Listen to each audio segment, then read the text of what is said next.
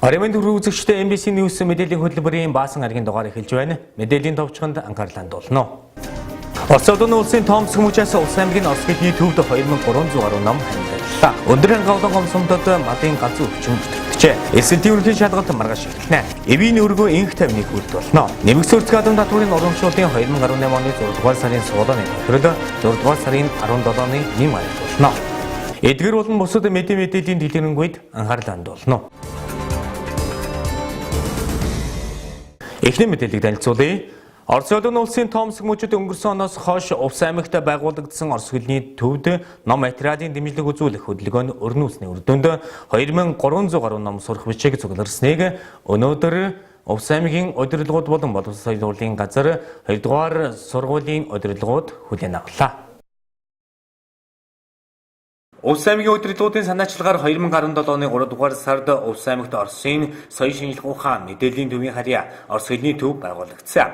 Төв байгуулагдсанаас хойш Улс аймаг болон Орос улсын харилцаатай муж улсуудын хамтын ажиллагааны хүрээнд тус төвийн материалын баазыг бэхжүүлэх талаас санал хүсэлт албан бичгүүд явуулсны үр дүнд өнгөрсөн жил Орос улсын Туваа улсын боловсрол шинжилгээ ухааны яамнаас 200 ширхэг Орос хэлний сурах бичиг номнууд Хакас улсын их сургууль багш нарын мэргэжил дэвшлүүлэх институт Орос улсын Алтан хязгаарын засгийн газраас ном материалуудыг хандивалсан. Харин энэ удаад Орос улсын Томск мужид өнгөрсөн оноос хойш Улс аймагт байгуулагдсан Орос хэлний төвд ном материалын дэмжлэг үзүүлэх хөдөлгөөний өрнүүлсэн үр дүнд 2300 гаруй ном сурах бичиг уран зохиолын номнуудыг явуулж хандивалжээ. Ингэснээр Улс аймгийн хүүхэд байгчид, оршин суугчид Орос хэлний мэдлэгээ дэвшүүлэх улмаар жил бүр Орос улсын засгийн газраас Монгол улсад одоодог 500 квот тэтгэлэгт хөтөлбөрт хамрагдсан Оросын ихтэй сургууль суралцсан мэргэжил эзэмших боломж бүрдэж байгаа юм а. Оросын холбооны улстай 600 гаруй километр хилэлдэг. Бас энэ 600 гаруй километр хилэлдэг бас сайн гэршээ харилцаатай олон жил ингэж амьдардаг. Бид нар Улаанбаатар явахаас илүү Оросын холбооны улс Туваа улс руу Хакас руу орж бид нар ингэж хоол хүнсээ бэлддэг, бас идэж байгаа бэлддэг. Ийм Улаанбаатар 1400 км явснаас Орос руу бид нар бол 110 км яваад ингээд бас хайцтгаа гэдгээр санал тавьсан байгаа. Тэр хүний хувьд бол бас хурдан шуурхаа хэмж авч бид нар ингээд Орос хэлний төвийг танаад усанд нэхэр боллоо гэдэг юм ярьсан. Энэ дээр бол бас бид бүхэн бас 16 онд Новосибирск, Томск гэсэн байдлаар бас харилцаа тогтоож явсан байгаа. Харилцаа тогтоож явж байгаа тэр хугацаанд бол бид нар Томскийн амбан захирагчтай аймгийн засгаар гэрээ хийж хамтран ажиллах тухай гэрээ хийсэн. Тэрний 17 онд бол бид нар харилцааны айлчлал гэрээнийхээ хүрээнд бол бас ойроо хамтлаг дараамын тоглолт бол 22 хүний бүрэлдэхүүнтэй, тэгээд 30 гаруй хүний бүрэлдэхүүнтэй ингээд аялал жуулчлалын чиглэлээр бас хамтарч ажилласан байгаа. Энэ удаад бол хамгийн томоохон хэмжээний хөдөлгөөн өрнүүлсэн томоохон хэмжээний номнууд бол ном сургагч материалууд Томск мужаас ирсэн. Томск мужид өнгөрсөн оноос хойш Орос улс аймагт байгуулагдсан Орос хэлний төв дэмжлэг үзүүлэх засаг даргын хүсэлтийн дагуу бүр тусгаалсан юм хөдөлгөөн өрнүүлсэн байгаа. Орос хэлний улс аймагт Орос хэлний төвд ном сургагч материал хандуулах юм хөдөлгөөн өрнүүлсэн үр дүнд одоо өнөөдөр ингээд бид нар 2300 гаруй ном сургагчийг уран зохиолын номнууд, гарын авлага номнуудыг сурагчдад болон одоо насны хүрсэн бүх шатны одоо бүх төвшөнд тохирсон юм номнуудыг хүлээж аваад байна. За ингээд энэ номуудыг хандуулсан Томск мужийн цагаан бидраас талархал албан бичгээр хөрвүүлнэ. Цаашдаа Орос хэлний төв маань тодорхой одоо хариуцсан хүнтэй байж энэ сургалтууд маань одоо тасралтгүй Орос хэлний сургалтуудыг насны хүрсэн хүүхд багчуудад явуулах юм боломжууд бүрдэж байгаа. Бид нар материалын бааз талаас нь хангахад бол нэлээд анхаарал хандуулсан байгаа. Ингээд эх оноос бас аймгийн удирдлагууд Босон соёлын газрын даргын одоо гаргаж байгаа саналын дагуу Орос хэлний төвийг хариуцсан тусгай хүнтэй байж төв үйл ажиллагаа чигт явуулах юм талаас нь боломжууд бүрдэх байх гэж найдаж байна. Томск мужаас зөвхөн Орос хэлний ном материалууд хандивалахаас гадна 2017-оос 2018 онуудад 2 жил дараад нь Томск мужийн улсын багш их сургууль, политехник их сургуулиас Орос хэлний мэргэжилтэн багш нар ирж Улс аймгийн Орос хэлний төвд хүүхэд багчууд, насанд хүрэгчид, Орос хэлний багш нар, хэл, гайл, мэргэжлийн хяналтын албан хаагч ажилтнуудад Орос хэлний сургалтыг явуулсан билээ. Ийхүү Улс аймаг дэх Орос хэлний төвийн үйл ажиллагааг бүх талаар дэмжин ажиллаж байгаа Орос улсын Томск мужийн засаг дарганд тодорхой илэрхийлье.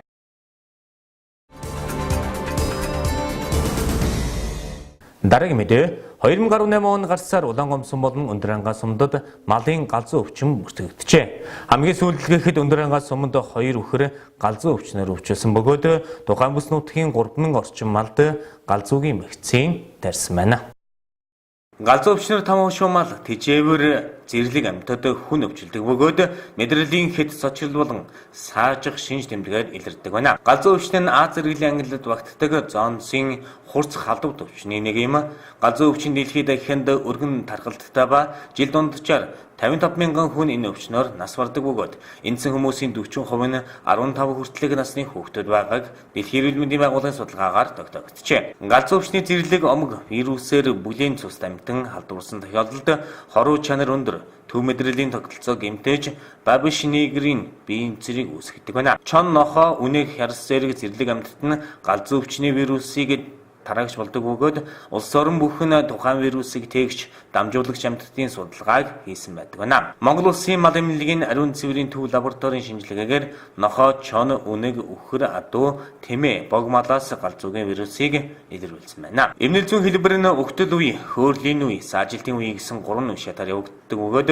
галзуугаар өвчсөн тохиолдолд цочромтгоо, айж эмээсэн байдалтай, харанхууд байх дуртай, нойр хоолнд муу, уруулсан хэсэгт өвдөх, захнах, мэдрэлийн судал дагаж улаах, амнаас унжиралдсан шүлс хоожих, шүлсээ залгих чадварг болох, ус салхих гэрлээс айх зэрэг шинж тэмдгүүд илэрнэ. Өвчний хүндрэлийн үед саажилт үүсч улмаар үхэлд хүргэдэг байна.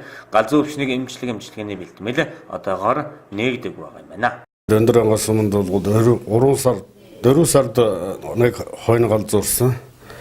Тэгээд манад лабораторид ээж шинжилгээ хийж баталгаажаад тэр орчмын малд бол 3000 тонн галзуугийн вакцин хийгдсэн. Ингээд галзуугийн вакцин хийгдээд тэрнээс хойш галзуу тасарсан байж байгаа. Өндөрангайхан говаас арт талдаа гарч ирсний дараагаар баруун түргэн сумнаас 20 км-ийн зайтай газарт 2 өхөр галзуурсан 2 өдөр дараална. Тэгээ хоёулынгийнх нь тархийг дайжин дээр авширүүлж энд шинжилгээ хийгээд баталгаажаад тэр орчимд дахин бас 3000 малд галзуугийн вакцин зөвлөлт хийгдээд одоо тэрнээс хойш одоо тайван байдалтай болцсон байж байна. Тэгээд ерөөсөө энэ ард иргэдэд онцолж хэлэхэд бол энэ галзуу өвчний олон жилийн судалгаанаас харж яхад бол галзуу өвчин бол 10-аас 12 жилийн давтамжтайгаар манай аймагт гараад байгаа. Судалгаан дээр харахад тийм учраас одоо нэг давтамжтай үе бол одоо ирж байгаа учраас малчд ард иргэд бол энд анхааралтай хандах хэрэгтэй. Ялангуяа энэ чон, нохоо, үнэг, керс гэсэн нохон төрлийн амтны тэр бол их болгоомжтой тэдний зан авирын өөрчлөгч нүгөө юу гэдэгт байдалд анхаарал тавьж явах хэрэгтэй. Тэгээд малдаа бол хариулттай малгайтай байлгаж ерөөсөө ажиглалт сайн хийж явах хэрэгтэй. Янз бүрийн тэм зэрлэг амтанд хазуулсан барьсан шарх сөрөг байна үгүй юу? Тэрнээс их болгоомжтой байх хэрэгтэй. Энэ чинь галзуу өвчин бол зоон зай халдварт өвчин малаас хүнд халдварлаж болдог. Энэ бол нэг хазагдсан шарх шүлсээр дамжиж халдварладаг учраас энэ дор их болгоомжтой хандах хэрэгтэй л гэж анхааруулж хэлмээр байна. Галзуугаар өвчлөдөг эсвэл вирус тээдэг зүйлд хамаарах амьтны дайралтад өртөж хазуулах, уруулах, ноцуулах, самардуулах, шүлсдүүлэх нь мөн галзуу өвчнөд амьтны шүлсээр бохирлогдсон эд зүйлсд хүрэх, галзуугийн с ิจ гтэй болон галзуугаар өгсөн малын арьс шир өвчих, мах эвдэж, түүхийн эдэд хүрэх явцад арьс састын бүрэн бүтэн байдал алдагдаж, гэмтсэн шархавсан хүний галзуу өвчний халдварт өртөх өндөр эсэлтэй гэж үздэг байна. Галзуу өвчнөөс урьдчилан сэргийлэх гол арга нь вакцин. Дэлхийд дахинд галзуу өвчнөөс урьдчилан сэргийлэх 2 төрлийн вакцин хэрэглэдэг байна. Дэлхийд дахинд жил дунджаар 15 сая хүн галзуу өвчнөөс сэргийлэх вакцин тариулдаг байна. Манай улсад галзуу өвчнөөс урьдчилан сэргийлэх эсийн өсвөрийн болон эдийн өсвөрийн вакцин хэрэглэдэг байна. Нийгмийн эрүүл мэндийн хүрээлэнгийн дэргэдэх био бэлтгэлийн үйлдвэр нь 1957 оноос эхлэн галзуу өвчнөөс урьдчилан сэргийлэх эдийн өсвөрийн вакциныг үйлдвэрлэж хүн ам эрүүл мэндийн байгууллагын хэрэгцээг хангасаар иржээ. Иймээс иргэд малчид мал амьтны галзуу өвчнөөс урьдчилан сэргийлэх нь чухал байна.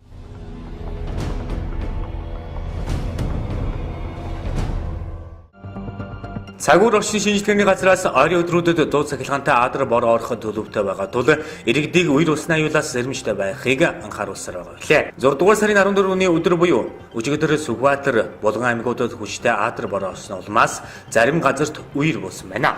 Тодорхойлбол Сүхбаатар аймгийн баруун урт суманд өдрийн 15:30 минутаас 16 цагийн хооронд тус сумын 4-р багийн үерийн ус зайлуулах далангийн усанд иргэн дэ унсан мөн 15 өрх айлын гэр хашаанд ус орсон тухай дуудлага аймгийн онцгой байдлын газарт ирсэн байна. Дуудлагын дагуу аймгийн онцгой байдлын газрын 30 албан хаагч 5 автомашинтай ажиллаж иргэн дэг уснаас 9 минут гаргана аймгийн нэгдсэн эмнэлэгт хүлээлгэн өгч 23 өрх айлын 86 хүнийг үерт автсан газраас гаргана усыг зайлуулах арга хэмжээ авч ажиллажээ. Харин Булган аймгийн хотг өндөр суманд 20 цаг 10 минутаас 20 цаг 40 минутын хооронд усрахыг ширүүн бор орсон улмаас үер болж сумын төвд усан давтаж үерийн усанд 6 настай хүүхэд усалдаж нас барсан байна. Одоогийн байдлаар тус сумыг өндөржүүлсэн бэлэн байдлын зэрэг шилжүүлэн аймгийн онцгой байдлын газрын 28 албан хаагч 5 автомашинтайгаар хойшлуулшгүй сэргээн босох ажиллагааг зохион байгуулан ажиллаж байгаа юм байна.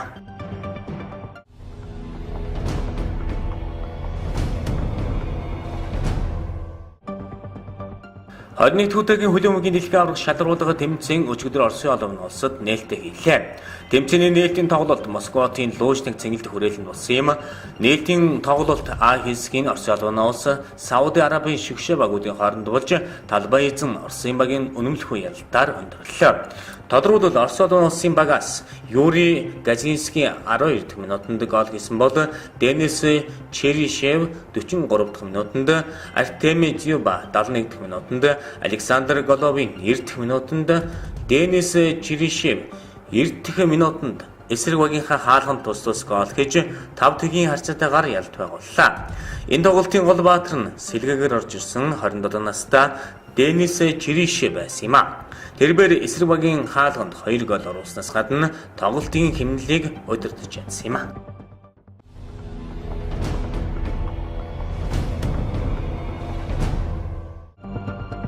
Хэрвээ иргэн та гол улсаа бохирдуулан дэвлэн хэрэгслээ угаасан тохиолдолд зөрчлийн тухай хуулиар хариуцлага хүлээхээ мэдэж байх нь зөв шүү дээ. Машинаа гол угааж байгаа бичлэг зургаар танд хариуцлага дооцно. Тухайлбал 720 мянгаар торгож 2 жилээр хүртэл жолооны эрхийг нь хасах хуультай юм а. Тэгвэл цахим сүлжээнд машинаа угааж байсан залууг доргосон байна. Тодорхойлбол Хөвсгөл аймагт голд машинаа угааж байсан залууд шаардлага тавихад би төрсөн нутагтаа машинаа угаах миний эрх байгаа хэмээн эсэргүүцсэн залуугийн талаар Хөвсгөл аймгийн группт бичсэн байна.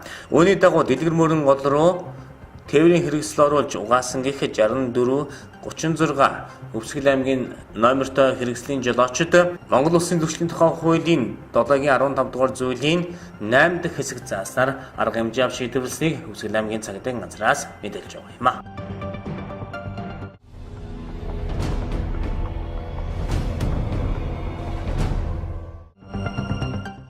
Байгалийн үзэсгэлэнтэй бүх газрууд тусгай хамгаалттай газарт хамаардаг.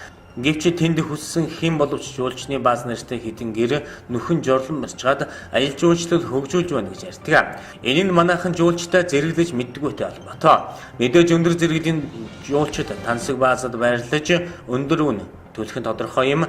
Дундад зэрэгэлтэй жуулчид мөн л ялгаагүй өндөр зэрэглэлийн хэмжээний жуулчдтай адил зүйл шаардахгүй ч тэд цэвэрхэн тоглох жорлон шаардна.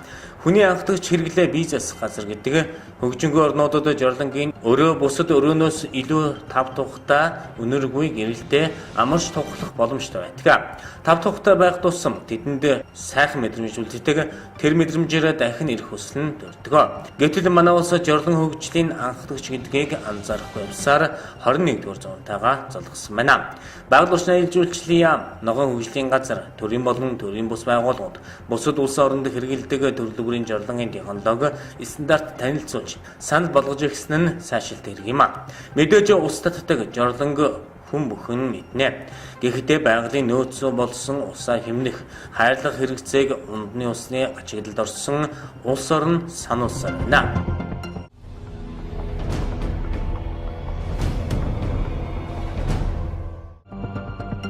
Хурдан мөрний уралдааны замыг дагуулж хар зам барина гэсэн байж болшгүй шийдвэрийг жирийн ард иргэд болоод зарим их хурлэгчид эсэргүүцэж нэлээд шүүмжлэл дагуулад байгаа юм а.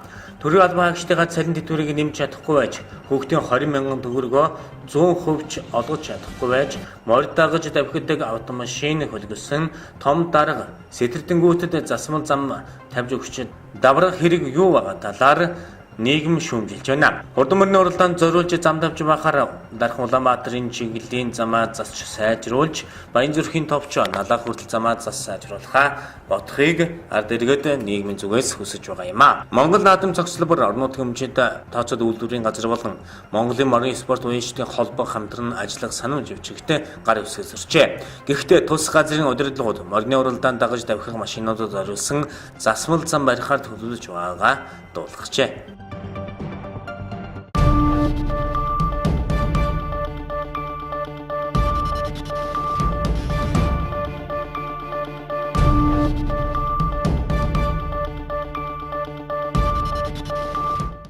MBC-ээс мэдээллийн хөтөлбөр маань тодруулгуулангараа үргэлжлэн хүрч байна. За өнөөдрийн тодруулгууланд маань боловсролын үнэлгээний төвийн мэргэжилтэн оюун бэлэг оролцож байна. Танд өдрийн төргий. За баярлалаа.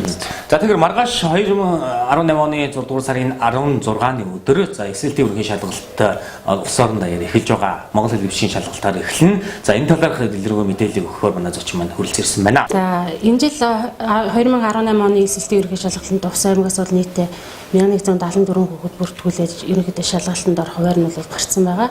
За үүнээс бол 76 хүүхэд нь өмнөх оны төгсөгчд байгаа.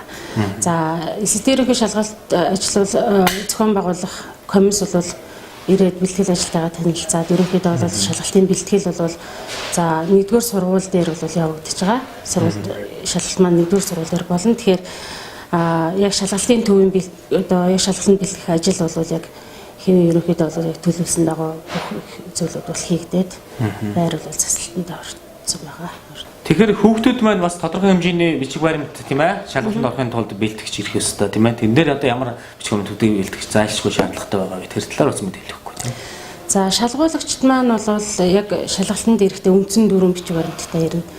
Үүнд бол иргэний цахим үнэмлэх, за бүрэн дүнд боловсролын гэрчилгээ, за тэгээд бүртгэлийн дугаар, бүртгэлийн хуудас, тэгээд энэ суудлын хуваар гэсэн үндсэн бичиг баримттай. Өөр бол ямар нэгэн одоо бичиг баримттай ирэх шаардлагагүй ч хувийн эрх ч юм уу суурь боловсрол гэрчилгээ бол авчрах шаардлагагүй байгаа. Ерөнхий зохион байгуулалтын хувьд бол SLT ерөнхий шалгалт маань бүтэн баруун жилийн хугацааны бэлтгэлтэйгээр ингээ явагддаг цикл ажил байгаа. Тэгэхээр яг ингээд SLT ерөнхий шалгалтанд орохтой холбоотойгоор бол хүүхдүүд бол яг өөрсдийн хувийн бэлтгэлийг хангах маш хэрэгцээ шаардлагатай байгаа.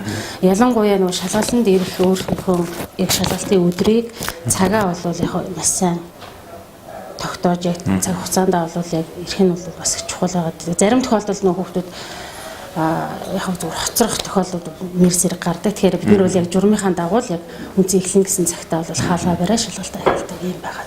Бүх шалгуулагчид Монгол хэл бичгийн шалгалт өгөх учраас маш олон хүүхдүүд зэрэг бол яг нөгөө цаанаас журам заасан 1 цагийн өмнө бол яг бүртгүүл нөгөө анги тахимдаа орсон байх гэдэг ш тэрнийхээ дагуу яг төгтөд учраас ерөнхийдөө бол маргааш 7 цаг гэхэд хин хүүхдүүд ирэхэд бол бүртгэл тийм ээ яг шууд ингэ шалгалтанд ороод анги тахимдаа бол бариас гэх юм боломжтой. За тэгэхээр сая би хийсэн тийм ээ эрэхтэй бол 4 төрлийн бичиг баримтыг авчирна гэсэн. Тэгэхээр мэдээж яг хүүхдүүд маань өөрсдийн бичиг баримтыг хайж гэрдүүлэх одоо энэ эрсдэл хамгаалалтанд бол юунд болж өгвөл юм 2 талын тунгалаг хялгараа хавцанд ингээд баталгаажсан бүртгэлийн хуудас суудлынхаа хуваарьтайгаа хийвэлж авчраад тэгээ бүрэн дүндийнхэн боловсролын гэрчлэгийг бол шалгуулах бүрэн боломжтойгоор ингээд нэг уутанд бүх бичиг баримтаа хийгээд энэ ингээд хоногтой ч юм уу эсвэл ингээд цэцлэгаантай байх юм бол хайж гэгдүүлэх юм эрсдлээс бол нэгдүгээр өөрийгөө хамгаална.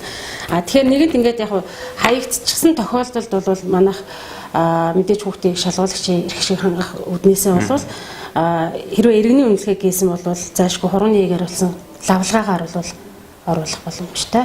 За хэрвээ насанд хүрээгүй хүүхэд байх юм бол засаг даргын хорооны багийн засаг даргынхаа тодорхойлолтоор бол яг тодорхойлолтой тэгээ төрсний гэрчлэгээтэйгээ ирээд бол шалгалтанд орох боломжтой юм байгаад байгаа. Хүүхдүүд маань SLT өрхийн шалгалт өгөхөөр эрэхтэй одоо юу одоо авч ирэхгүй байх тийм ээ юунаас татгалзах ёстой юм бэ? Тэр тал дээр бас ярихгүй. За SLT өрхийн шалгалтын журманд бол хоригдсан залтууд байгаа. Тэгээ тэн дээр юу гэдэг вэ гэхээр гар утас. Тийм ээ. За мөн одоо тухайн хичээлийн ч юм уу эсвэл ер нь тухайн хичээлүүдээ зүгээр өөр төрлийн одоо гарын авлага ном тийм ээ. Тохимол одоо томьёоны хураангуй ч юм уу тийм одоо зүйлүүдийг бол ерөөс огт авчрахгүй байх хэрэгтэй.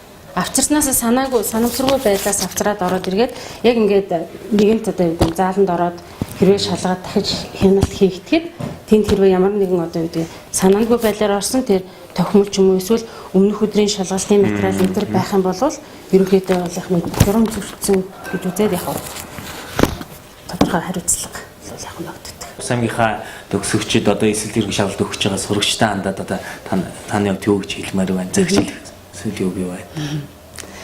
Тэгэхээр маргааш өглөө бол ямар ч ийсэн 7 цагта нэгдүгээр сургууль дээр бол нэмээ цагтаа хүрэлцэн ирэх нь их чухал.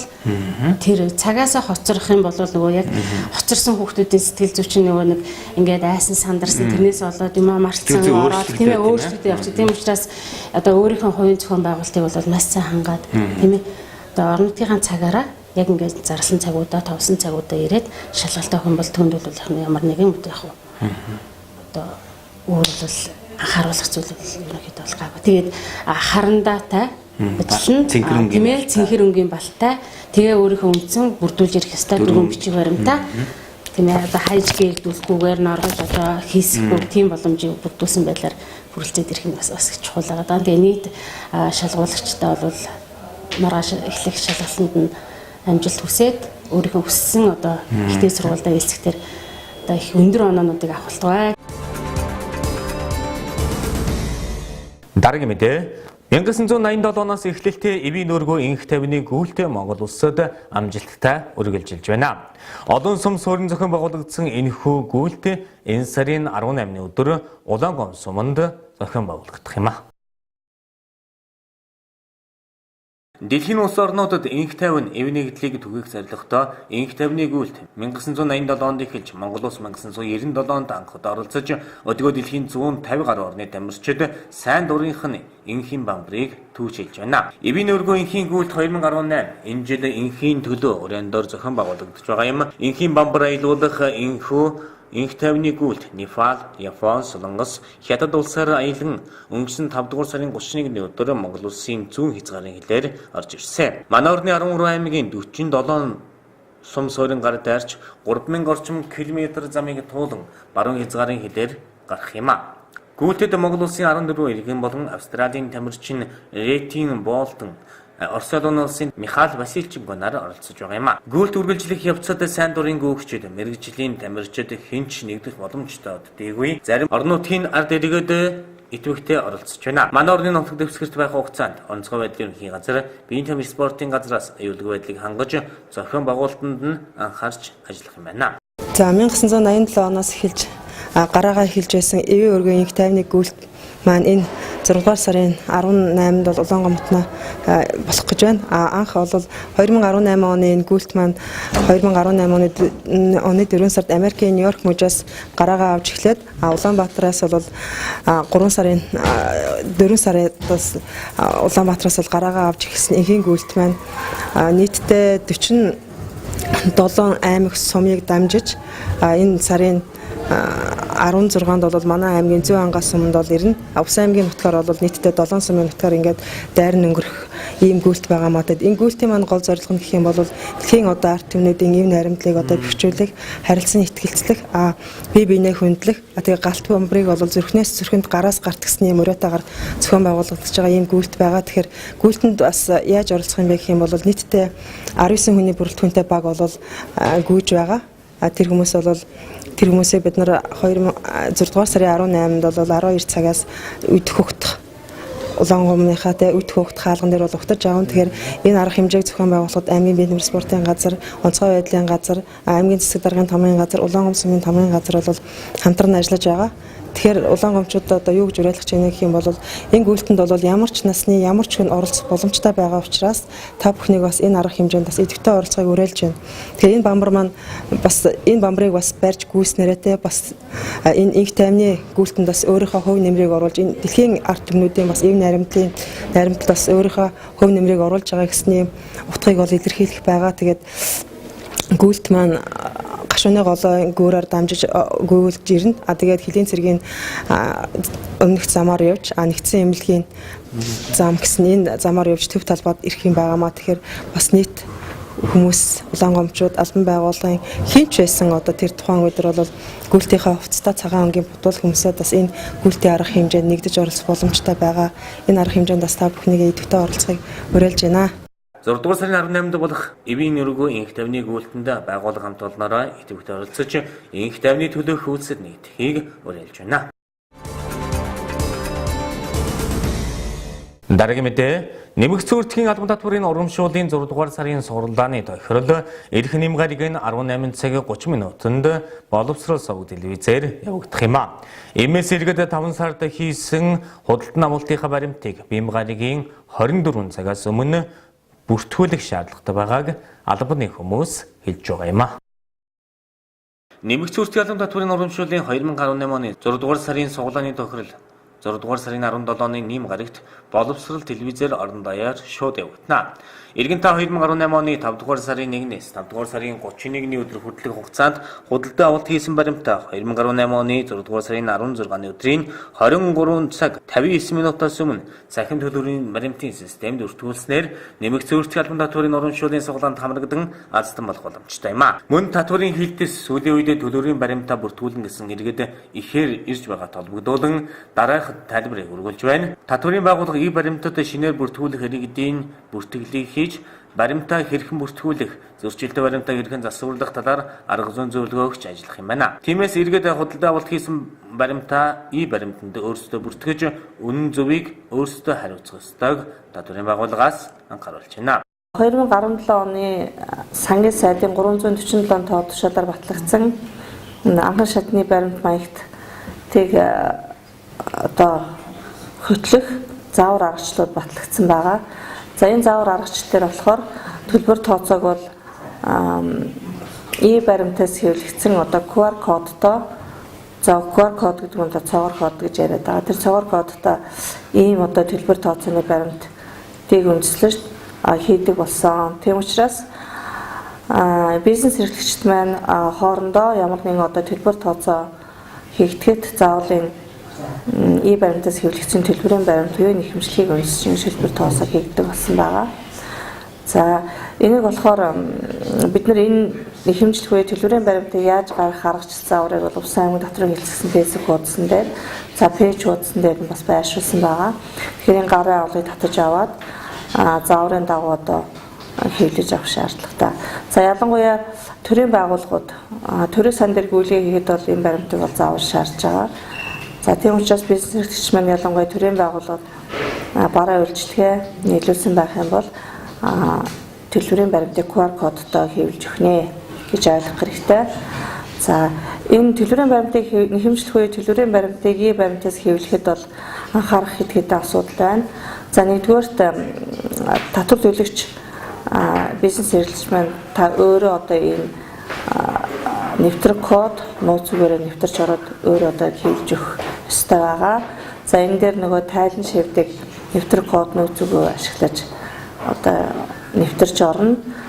За төлбөрийн баримтыг ерөөсөө нэг удаа гаргах шаардлагатай. 2-3 удаа бичигдэх юм бол юуны борлуулалтаас 2-3 удаа бүртгэх юм алдаа гардаг учраас заавартайгаа сайн танилцж ингэж гаргах хэрэгтэй байна.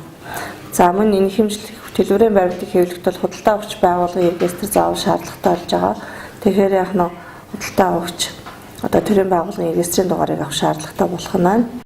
Мөн төлбөрийн баримт өгөхгүй байгаа талаарх гомдлыг хүлээн авч шийдвэрлэх юм байна. Гомдлыг журмын дагуу гомдол гаргагч этгээд нь овог нэр хаяг утас баримт өгөхгүй байгаа газрын хаяг үнийн дүн зэргийг тодорхой гаргаж албан ёсоор бүртгүүлэх ёстойг татврын байгууллагаас анхааруулж байна.